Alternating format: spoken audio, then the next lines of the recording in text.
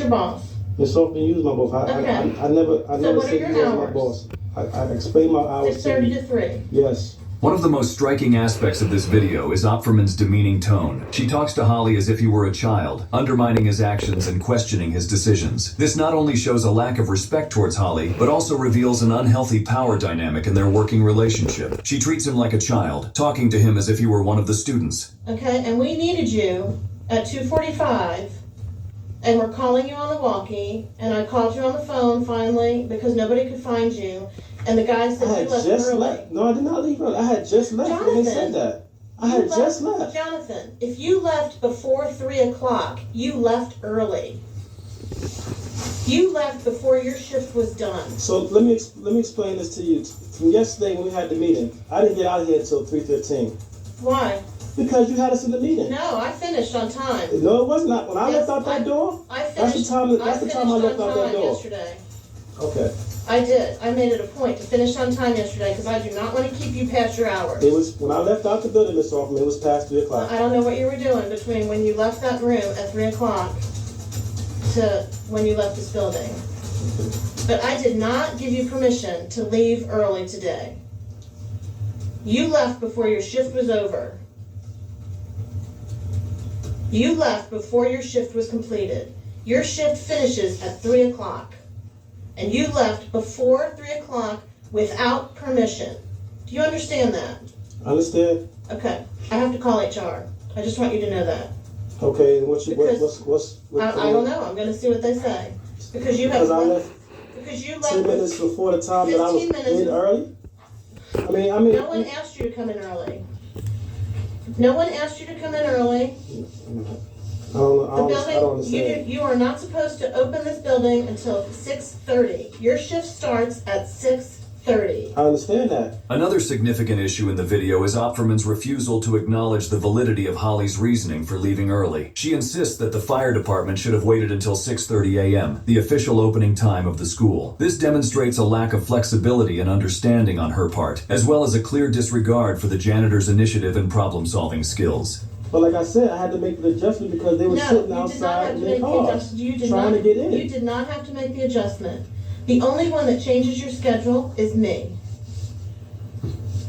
The only person that gives permission for your schedule to be different from 6:30 to 3 is me.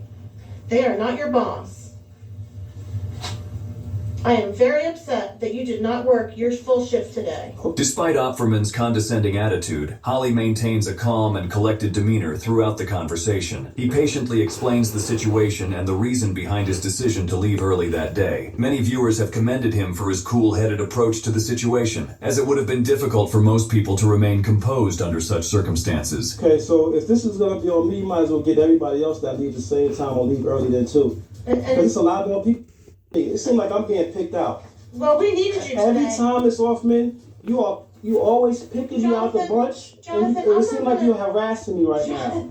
You seem like I'm being harassed because every time I come in here, You're not being harassed. I'm always in the meetings with you, and you always seem to be yelling and screaming at me, always telling me this, that, and the third, and it's getting to that frustration point. Jonathan, I am not harassing you. Yes, you are, Miss Hoffman. Yes, you are. Miss, you are harassing me. You is harassing him, you Holly motherfucker. accuses Opferman of harassment, stating that she always seems to be targeting him and that he feels frustrated. Opferman denies the accusation and dismisses the conversation as finished. This is an important moment in the video because it highlights Holly's genuine feelings of being singled out and treated unfairly. You are, Miss Hoffman. You a piece of trash. Every time I come into this meeting with you, there's always something I'm doing. But what about everybody else and everybody else is doing? This meeting's done. Please stop yelling. You a piece of trash. I'm just voicing my frustration because just like you You're a frustrated badass. me, I'm frustrated too. I'm frustrated that you left before your 3 o'clock shift was over and this meeting is finished. But you don't understand the fact that I was here. The 10 minutes that you left earlier are now done. The 10 minutes that you owed the school are now finished. So, I'll see you tomorrow. I'll let you know what HR says. Okay.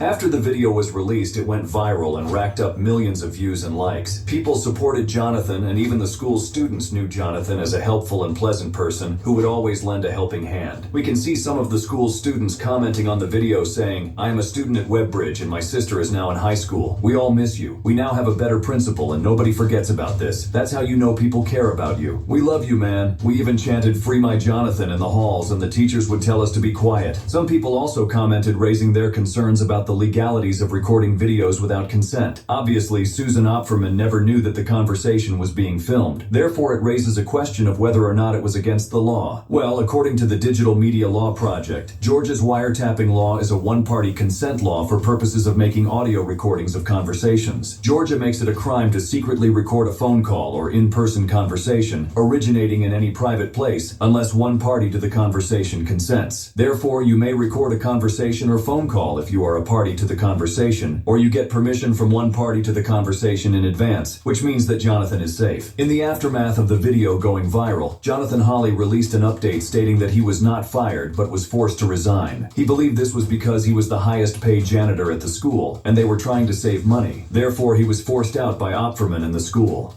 I just want to start off by saying that a lot of people had a question. I didn't get fired. I was forced to resign. Again, I did not get fired. I was forced to resign. And why I was forced to resign was not because of that video. That video led up to what they was trying to do from the beginning. And what that was trying to get me out the door for their own personal reasons. It was wrong how they did it. I was thinking that being that I was going to resign, that I would be able to, get back into the system. But that didn't happen. I was tricked. And when I tried to get back into the system, my application kept being denied. Wasn't getting any interviews. I called to HR, spoke with the director, Northside, and she told me, her name was Patty, she told me straight like this, you no longer can be an employee of Fulton County. How is that so? I resigned. I didn't get terminated. I resigned, right? I'm supposed to be able to get back, right? Didn't happen. So again, that was unfair. In the meeting, that last meeting that I had, when they did what they did, they showed me pictures on copy of paper, some pictures that they took that I've never seen before, saying, this writing, this little graffiti that was on the back, some pencil graffiti that was on the back of a bathroom door, and a picture of a toilet bowl with tissue and stuff inside of it. Took a picture of two pictures. And that's what they showed me, and that was the reason they backing on firing me, trying to get me out the door. That was their reason. That was the last straw, as they say, which was a bunch of nonsense. You can check out the full update on his own YouTube channel called Jonathan Holley. Channel contains 2 updates regarding the incident, and it's definitely worth checking them out if you want more details. Now, I want to put some emphasis on this Quora comment made by one of the students at Webbridge Middle School. Student highlights. The more serious issue is the reason she told him he should have waited. He said the firemen were responding to an alarm, which could have potentially been very serious. If it was an actual fire and the janitor hadn't opened the door, it would have been on his head that the school burned down. That's a serious amount of guilt to be carrying around every day, knowing that the whole school was destroyed because of his actions. I also believe that at the time the janitor was allowed to make the professional decision to open the door, since he would have also gotten in trouble if he didn't open the door. He made a call, and in my opinion the right one. In the aftermath of this incident, it seems only fitting that a dose of karma would be served to the main course of the meal. The Rate My Teachers platform has experienced an influx of negative reviews for Principal Opferman, with one comment reading, "A disgrace to humanity. Certain individuals should not hold positions of power, and this serves as an exemplary case." In her LinkedIn, Opferman stated that she was a principal at Webbridge Middle School since June 2011, and according to Heavy News article, Opferman has been forced to resign following the public outcry from the video. Therefore, it's safe to say that karma has been served. Today we